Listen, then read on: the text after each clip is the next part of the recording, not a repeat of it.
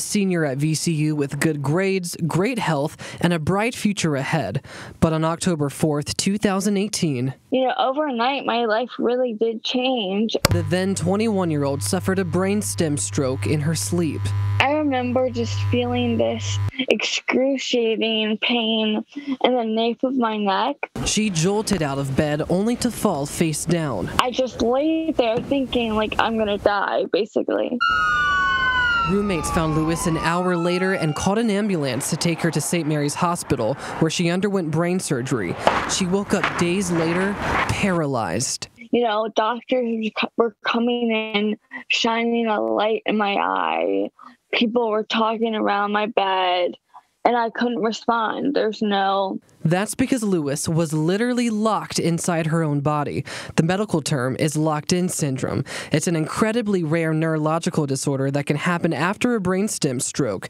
You can see and hear everything around you, but you can't move or speak. It really felt like I was buried alive. I literally could only move my eyes. When family or friends came to visit her hospital room, the only way she could communicate with them was by blinking. Basically, if I wanted water, someone else would say A, B, C, D, E, F, G, H, I, and I would blink on I.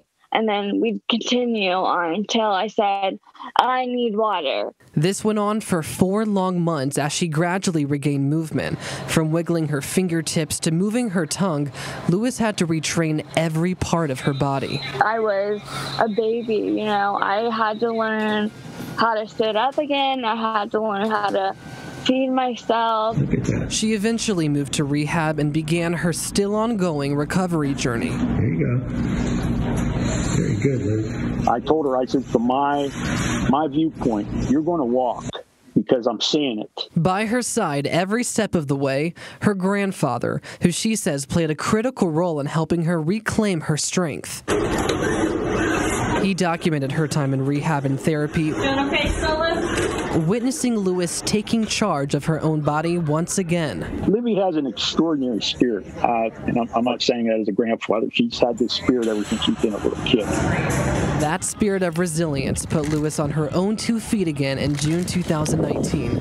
But she says her healing is far from over, and even if she had the power, she wouldn't erase the stroke from her life. Now I really feel like, it was supposed to happen in a way. Throughout all of this, Olivia Lewis tells me that she's had access to some of the best care and equipment, but that's not the case for all stroke victims. So she's creating a nonprofit that would offer resources and support to those victims who may not be as fortunate. She calls it paying her privilege forward.